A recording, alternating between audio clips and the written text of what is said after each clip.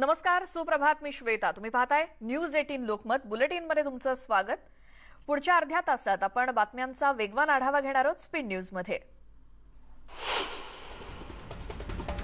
Reliance उद्योग समूहाने आपल्या कर्मचाऱ्यांच्या कुटुंबियांसाठी मदतीचा हात पुढे केलाय. कर्मचाऱ्याचा कोविडमुळे मृत्यू झाला तर त्याच्या कुटुंबियांना पुढची 5 वर्ष त्या कर्मचाऱ्याच्या शेवटच्या पगाराएवढी रक्कम मिळत राहील. तसंच त्या कर्मचाऱ्यांच्या मुलांचा शिक्षणाचा खर्च रिलायन्स उचलणार आहे. इतकंच नव्हे तर कुटुंबियांचा म्हणजेच जोडीदार आणि मुलं तसंच पालकांच्या हॉस्पिटलायझेशन पॉलिसीचा प्रीमियम रिलायन्सच्या वतीनं भरण्यात येईल. मुलांचं पदवीपर्यंतचं शिक्षण होईपर्यंत हा लाभ मिळेल असं रिलायन्सच्या वतीनं मुकेश आणि नीता अंबानी यांनी जाहीर केलंय. प्रत्येक घर, प्रत्येक गाव, प्रत्येक शहर कोरोनामुक्त झालं तर राज्य कोरोनामुक्त होईल असा संदेश मुख्यमंत्री उद्धव ठाकरेंनी दिला. जनतेशी त्यांनी नुकताच संवाद साधला होता तेव्हा गावच्या वेशीवरच कोरोनाला रोखलेल्या गावांचा गौरव देखील केला. या उपक्रमाला आता अधिक चालना देण्यासाठी स्पर्धेचं आयोजन केलं गेलंय. ग्रामविकास मंत्री हसन मुश्रीफ यांनी ही माहिती दिली.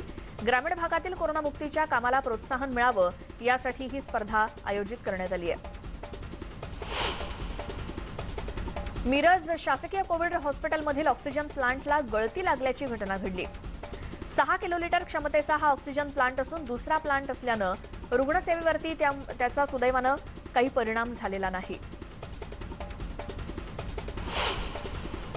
राज्यातील 12वीच्या विद्यार्थी आणि त्यांच्या पालकांसाठी अतिशय महत्त्वाची बातमी. राज्य माध्यमिक आणि उच्च माध्यमिक मंडळामार्फत घेण्यात येणाऱ्या 12वीच्या परीक्षेसंदर्भातील निर्णय राज्य सरकार 1 ते 2 दिवसात जाहीर करणार आहे. राज्य मंत्रिमंडळाच्या बैठकीत हा निर्णय घेण्यात आला. मंत्रिमंडळ बैठकीत 12वीची परीक्षा रद्द करण्यावरती एकमत झालं असून हा प्रस्ताव राज्याच्या आपत्ती व्यवस्थापन विभागाकडे पाठवण्यात आलाय.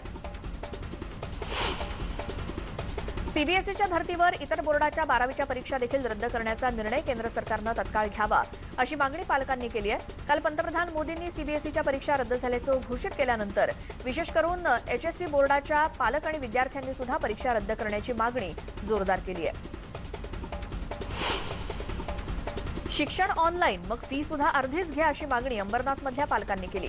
पालकांनी अंबरनाथच्या गुरुकुल ग्रँड युनियन शाळेच्या बाहेर मागणीसाठी आंदोलन केलं.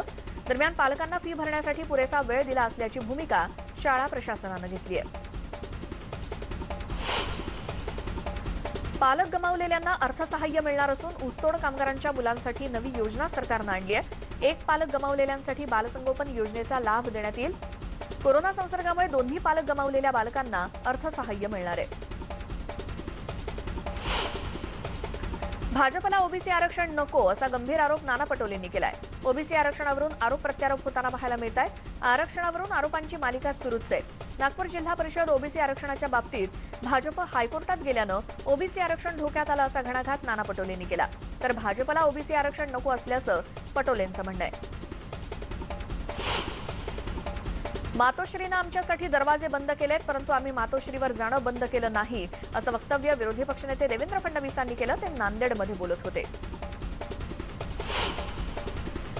कोविड सेंटरमधली कामं आणि वस्तू खरेदीची चौकशी करा. गडबड आढळल्यास दोषींवरती कारवाई करा अशी मागणी देवेंद्र फडणवीसांनी परभणी दौऱ्यावर असताना केली. यावेळी त्यांनी शहरातील जिल्हा परिषद कोविड सेंटरला भेट दिली. नंतर जिल्हाधिकारी कार्यालयात आढावा बैठक घेतली.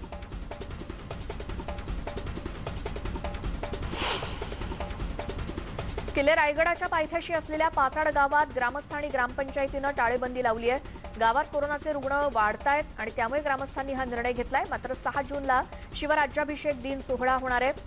छत्रपती खासदार संभाजीराजेंनी शिवराज्याभिषेक सोहळ्यासाठी 6 जूनला किल्ले रायगडावर येण्याचं शिवप्रेमींना आवाहन केलंय.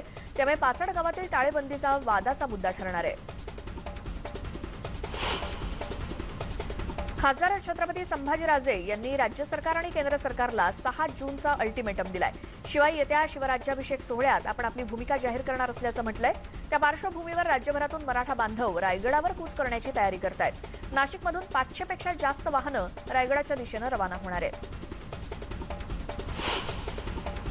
मराठा समाजाच्या हिताचा खून ठाकरे सरकारनं केला असल्याची घणाघाती टीका भाजप नेते आशिष शेलार यांनी बीडमध्ये केली. समाजामध्ये तेढ निर्माण करणारे ठाकरे सरकार चले जाव अशी घोषणा सुद्धा शेलार यांनी केली आहे. यवतमाळमधील शिवसैनिकांनी जीवन प्राधिकरणाच्या कार्यालयाला टाळं ठोकलं. शहरामध्ये पाणी अस्वच्छ येतंय.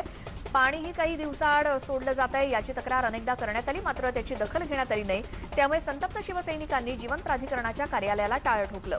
तसंच प्रशासनाविरोधात घोषणाबाजी सुद्धा केली आहे. महाविकास आघाडी सरकारनं रद्द केलेलं पदोन्नतीतलं आरक्षण हे मागासवर्गीयांना मिळालंच पाहिजे या मागणीकरता वाशिम जिल्हा रिपाई आठवले गट यांच्या वतीनं जिल्हाधिकारी कार्यालयासमोर निषेध आंदोलन करण्यात आलं.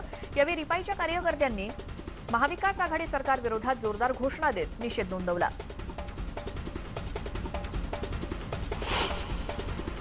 संत गाडगेबाबा अमरावती विद्यापीठाचे कुलगुरू डॉक्टर मुरलीधर चांदेकर यांच्या विरोधात अनेक विद्यार्थी संघटनांनी भ्रष्टाचाराच्या तक्रारी केल्या होत्या. सोबतच अनेक आंदोलनं देखील केली होती, मात्र त्यांच्यावर कोणतीही कारवाई झाली नाही. विद्यापीठाचे कुलगुरू डॉक्टर चांदेकर हे सेवानिवृत्त झाल्यानं अमरावती जिल्ह्यातील विद्यार्थ्यांनी आणि शिक्षकांनी विद्यापीठाचं शुद्धीकरण व्हावं यासाठी होमहवन केलं. मुरबाडमध्ये काँग्रेसनं दे-धक्का आंदोलन केलं. पेट्रोल, डिझेल, गॅस, खाद्यतेलाच्या भाववाढी विरोधात काँग्रेसनं हे आंदोलन केलं. यावेळी केंद्र सरकारचा निषेध करण्यात आला.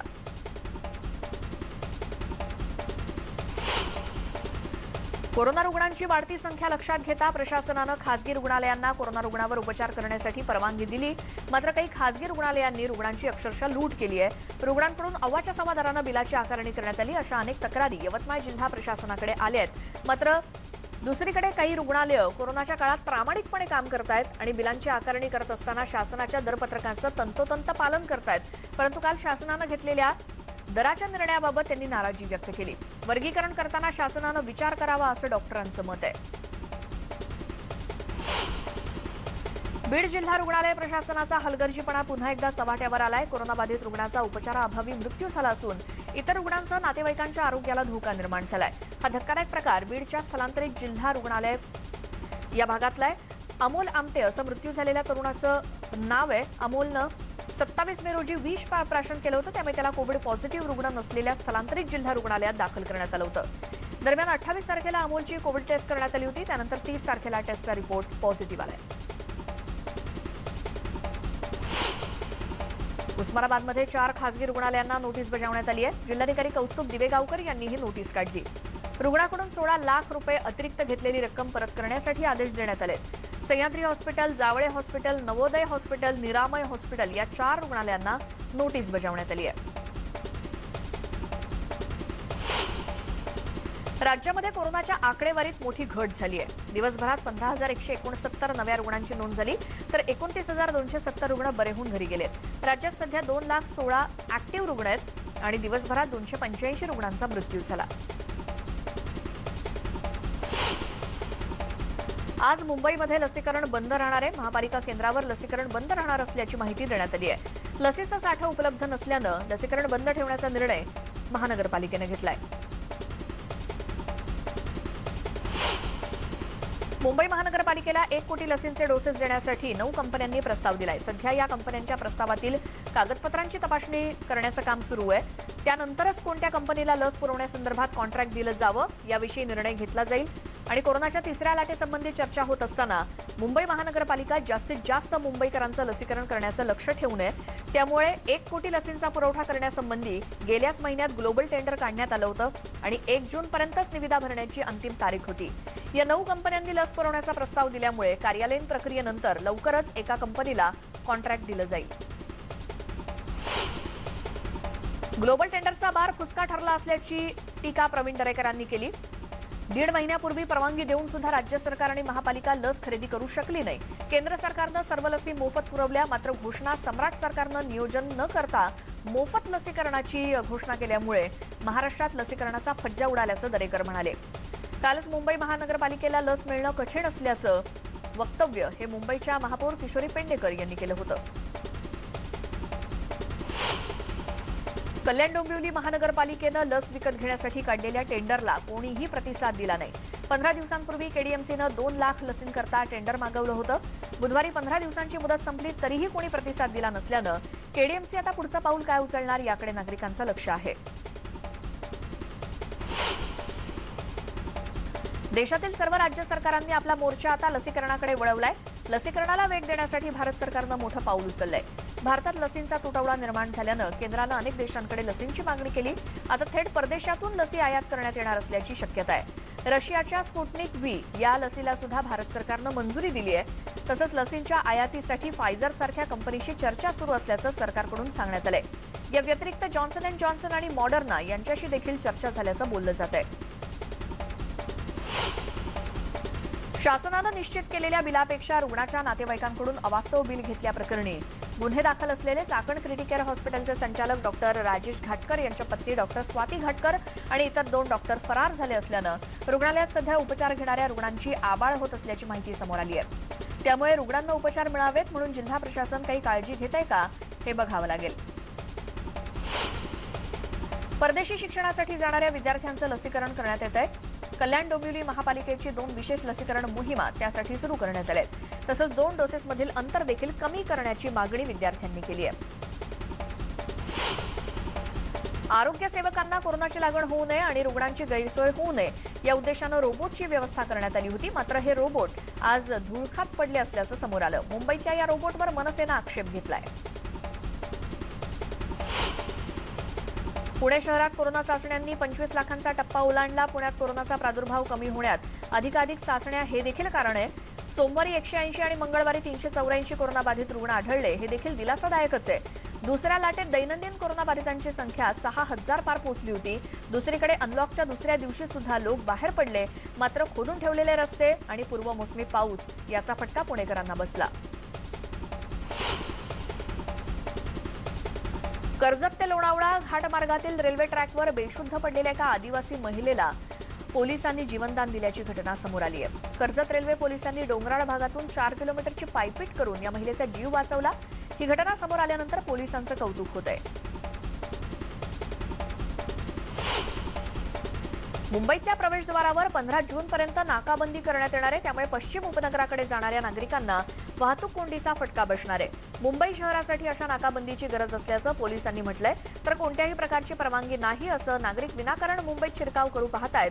अशांना रोखण्यासाठी ही नाकाबंदी करण्यात आली आहे. औरंगाबाद शहरात बुधवारी अनलॉकचा दुसरा दिवस होता. 2 वाजल्यानंतरही नागरिकांची शहरात मोठी गर्दी होती. काही नागरिकांनी तर 2 वाजेपर्यंतची वेळ अपुरी असल्याचं म्हटलंय. तर दुसरीकडे व्यापाऱ्यांनी सुद्धा वेळ वाढवून देण्याची मागणी प्रशासनाकडे केली आहे. औरंगाबादच्या बाजारपेठेत नागरिकांची गर्दी खरेदी करण्यासाठी होती. पुण्यामध्ये अनलॉक झाल्यानंतर सलून, पार्लर्स वगळता सर्व दुकानं उघडण्यास परवानगी देण्यात आली आहे. मात्र दुपारी 2 पर्यंत दुकानं खुली करण्याची परवानगी देण्यात आल्यानं व्यापाऱ्यांनी नाराजी व्यक्त केली. तर दुसरीकडे पुण्यातले रस्ते खोदून ठेवल्यानं पथारीवाल्यांचं मोठं नुकसान होत असल्याचं समोर आलंय. ग्राहक हा दुपारीच येत असल्यानं अवघा 20% व्यवसाय होत असल्याचं त्यांचं म्हणणं आहे. नागपुरात बुधवारी अनलॉकचा दुसरा दिवस होता आणि बाजारपेठेत अपेक्षेपेक्षा जास्त गर्दी दिसली. मात्र पोलिसांनी केलेली बॅरिकेडिंगमुळे व्यापाऱ्यांमध्ये नाराजी सुद्धा होती. नवीन नियमावलीनुसार सकाळपासून ते दुपारी 2 वाजेपर्यंत सर्वच दुकानं उघडण्याची परवानगी देण्यात आली आहे. या निर्णयाचं स्वागत ठाण्यातल्या व्यापाऱ्यांनी केलंय. मात्र सकाळपासून ते दुपारी 2 वाजेपर्यंत यापेक्षा सकाळी 11 ते रात्री 8 वाजेपर्यंतची वेळ केल्यास व्यापाऱ्यांना दिलासा मिळेल आणि नागरिकांना सुद्धा खरेदी करता येईल असं मत ठाणे बाजारपेठेतल्या व्यापाऱ्यांनी व्यक्त केलंय. वर्ध्याच्या बाजारात नागरिकांनी तुफान गर्दी केली होती. निर्बंधात शिथिलता देताच नागरिक रस्त्यावरती उतरल्याचं चित्र दिसलं. 41 दिवसांनंतर शिथिलता मिळाल्यानं नागरिकांनी रस्त्यावरती तोबा गर्दी केली. यावेळी वाहतूक कोंडी देखील झाली.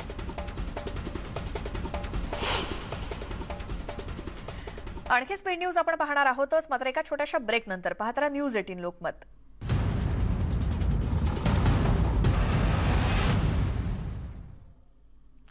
ब्रेकनंतर बुलेटिनमध्ये तुमचं स्वागत. पुन्हा पाहूयात स्पीड न्यूज. ठाण्यामध्ये एका हाय प्रोफाईल सेक्स रॅकेटचा पर्दाफाश करण्यात आलाय. धक्कादायक म्हणजे या कारवाईत ठाणे क्राईम ब्रांचनं 2 अभिनेत्रींना अटक केली आहे. एका खासगी सोसायटीत हे हाय प्रोफाईल सेक्स रॅकेट सुरू होतं. ठाणे क्राईम ब्रांचला याची माहिती मिळताच धाड टाकून ही कारवाई करण्यात आली. यावेळी घटनास्थळावरून पोलिसांच्या पथकानं 3 एजंटसह 2 अभिनेत्रींना अटक केली आहे. पोलिसांनी एका हत्येचा छडा लावलाय. मुंबईतल्या दहिसरमध्ये पत्नीनं तिच्या प्रियकरासह पतीची हत्या केली होती आणि धक्कादायक बाब म्हणजे तो मृतदेह घरातच पुरला होता. पोलिसांनी आरोपी पत्नी आणि तिच्या प्रियकराला अटक केली आहे. धक्कादायक म्हणजे पती गायब असल्याची तक्रार पत्नीनंच दिली होती. अश्विनी बेंद्रे हत्याकांडातील आरोपी बडतर्फ वरिष्ठ पोलीस निरीक्षक अभय कुरुंदकर याच्यासह इतर 3 आरोपींना जामीन मंजूर करण्यास पनवेल जिल्हा सत्र न्यायालयानं नकार दिलाय।